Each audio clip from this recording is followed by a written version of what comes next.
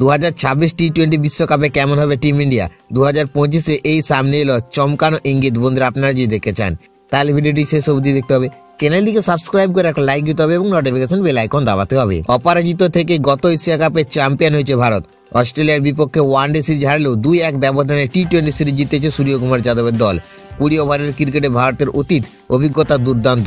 সব মিলিয়ে 2026-এ টি-20 বিশ্বকাপে ফেভারিট হিসেবে নামতে চলেছে টিম ইন্ডিয়া।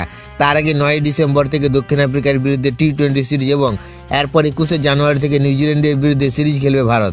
ঠিক এই আবহে ভারতীয় ক্রিকেট বোর্ডের সূত্রে জানিয়েছে কিউইদের বিপক্ষে যে দল দেখা যাবে সেই দলই খুব সম্ভবত 2026-এ টি-20 বিশ্বকাপ খেলবে। ওপেনিংয়ে অভিষেক শর্মা এবং সুমন গিলকে দেখা যেতে পারে, তবে গিল যদি চোট কাটিয়ে না উঠতে পারেন তবে বিকল্প খুঁজবে বোর্ড। গিলের ফর্ম নিয়েও কিছুটা সংশয় রয়েছে।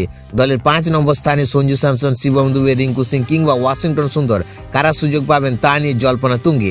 বোর্ডের সূত্রে জানিয়েছে সব দিক বিবেচনা করে নিউজিল্যান্ড সিরিজের দল চূড়ান্ত হবে এবং বড় কোনো পরিবর্তনের সম্ভাবনা নেই।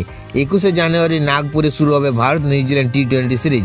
রায়পুর, গুয়াহাটি, বিশাখাপত্তনম এবং ত্রিবান্ধবে হবে বাকি ম্যাচগুলি। এই সিরিজ জিতে বিশ্বকাপের আগে নিজেদের দাপট ধরে রাখতে চাইবে ভারত।